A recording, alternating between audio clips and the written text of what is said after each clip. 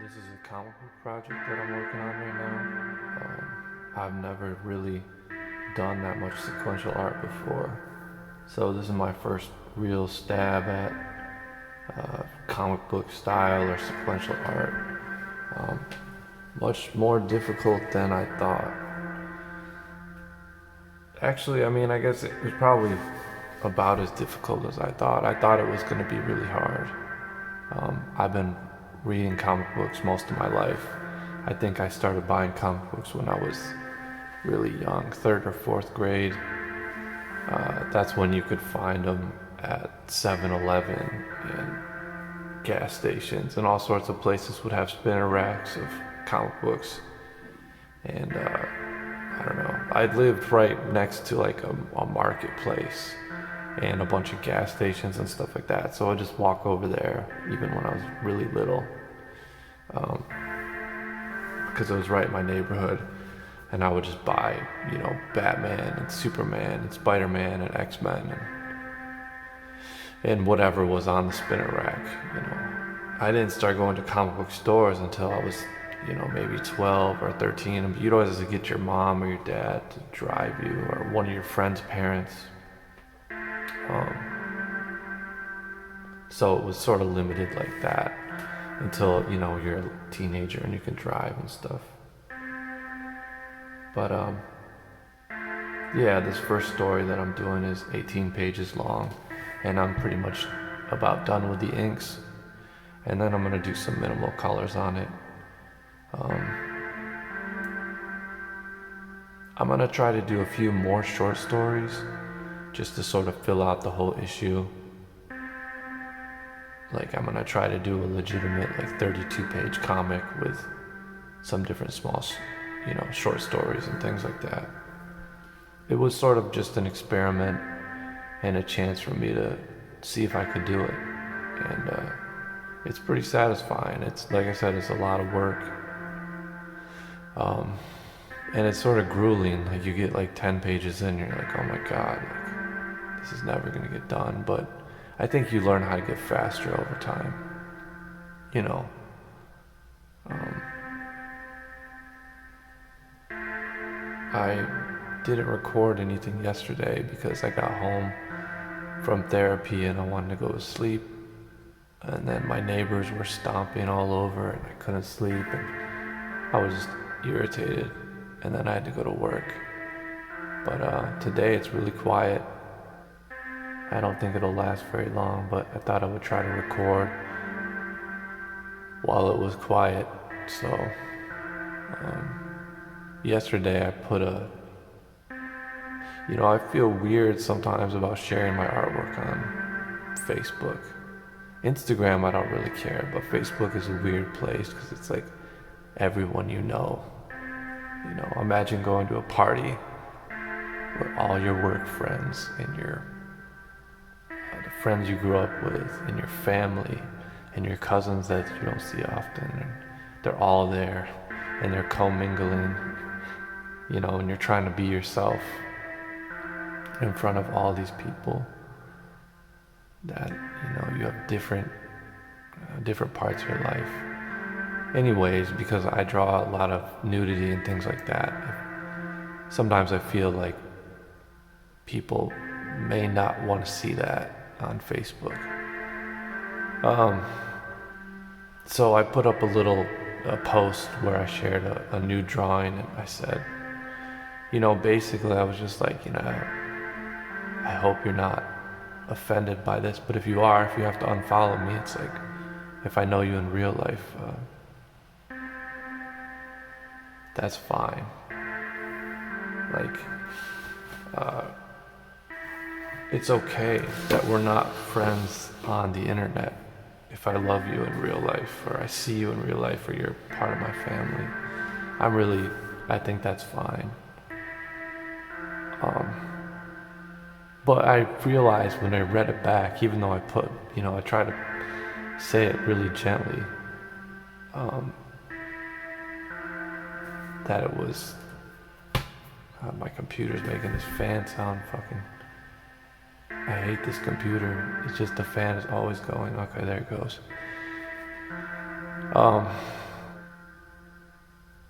I realized when I read it back, it was kind of like, it can almost sound combative. And one of my sister's close friends, someone who I've known for, since she was a little kid,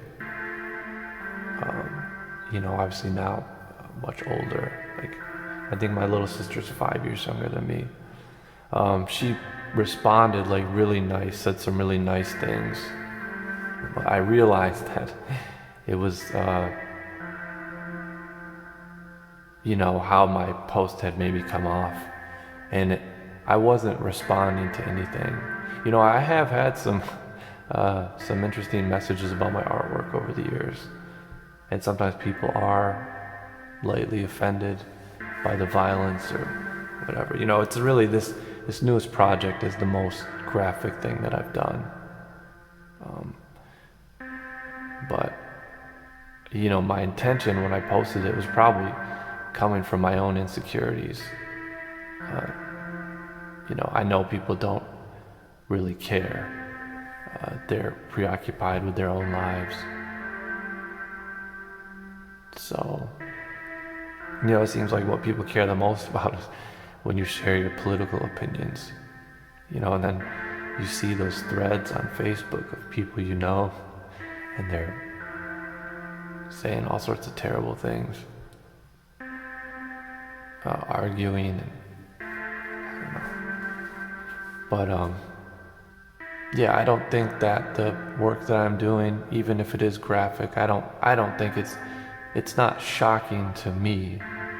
But even if I try to look at it from a bird's eye view, I don't think it's the same. I don't think it's as controversial as, like, even when I look at H.R. Giger, his stuff some of it can really make you squirm. The problem with visual art, though, is that the images are static. They're just sitting there. If you think about some of the most disturbing things you've seen in movies, even movies that you love, or heard in songs that you love, they happen and then they go by and it's gone. If you were to pause Gaspar Noé film, there's a few of his scenes from some of his films that are highly disturbing, to me at least. If I were to pause those parts and just have to live in that feeling with that image, that might be difficult. But we don't have to do that with movies or books. With visual art, whether it's sequential or fine art, it's just there. It's just just sitting there, static, like I said.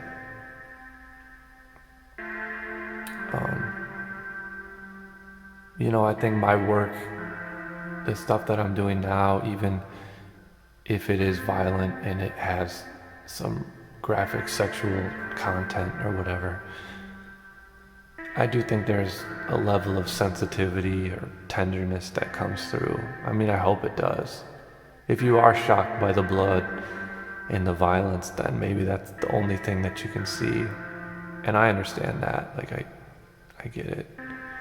But, hopefully some people get the love and the emotional side of it, part of it comes through. That book that I released, I know, like, as creative people, it's easy to put something out and just be like, I did a thing. Like, I did it, like, who cares? Or, but that was a lot of work, and it was meaningful to me. It was important for me to put it out and to make it. And I'm, even though there's a lot of, I think even since the months that I put it out, I think I've gotten a lot better at drawing specifically. I'm still pretty happy with the way that it turned out. And I hope for all the people who bought it and are buying it, that they liked it, or there was something about it that made them feel something. You know, that's not, my intention. When I don't try to mold the things that I make so that people will feel something, but if they do, I really, that I like that. I like that feeling, knowing if it makes someone feel something, even if it's a feeling they can't describe. The hard thing about art, I think, people who go to school for art, they learn how to write about it, how to discuss it. They learn some of the language of how to analyze it. For the rest of us who are predominantly self-taught or not, are not artists, not taking classes like that, it starts when you're a little kid by just thinking, oh, this looks cool, and there's something about it that stimulates you. I mean, hopefully along the way you can figure out how to express some of that. But I don't know that all feelings are, especially the feelings that we get from music and art and movies and things like that. I don't know that they're all describable with words. Me and my close friend Levi, we talked about this quite a few times. It's like when you read people's mission statements or their artist statements or their reviews of movies, or when they're analyzing, it's like, okay, take this painting and use words to write about a visual art. Or why don't you write a song about a movie? It's like, I don't know. It's interesting, but it's difficult. And I think there's something gets lost in translation. The most pure feeling is whatever you feel inside of you when you look at something, before you've tried to analyze what that means. And then it goes from there. I just heard a car door slam, which means probably someone's home. And they're walking up the stairs, which means it's my upstairs neighbor. And they're gonna be really, really fucking loud. So I might have to turn this off soon, unfortunately. But this comic book is gonna take a little while to finish. Like I said, I'm almost done with this first story, and then I still have to go get this scanned and do some minimal coloring, and I have the other short stories to do. But I think, I've taken I took a couple days off, and then I think I'm ready to start the next story. I think I already have it blocked out how I want to do it, and I did some rough sketches and things.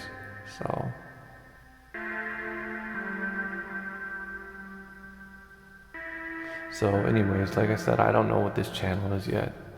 The only things I know about it is usually going to be me drawing and talking, and I'm trying some different methods of how to do that. I like the idea of it being kind of low energy. So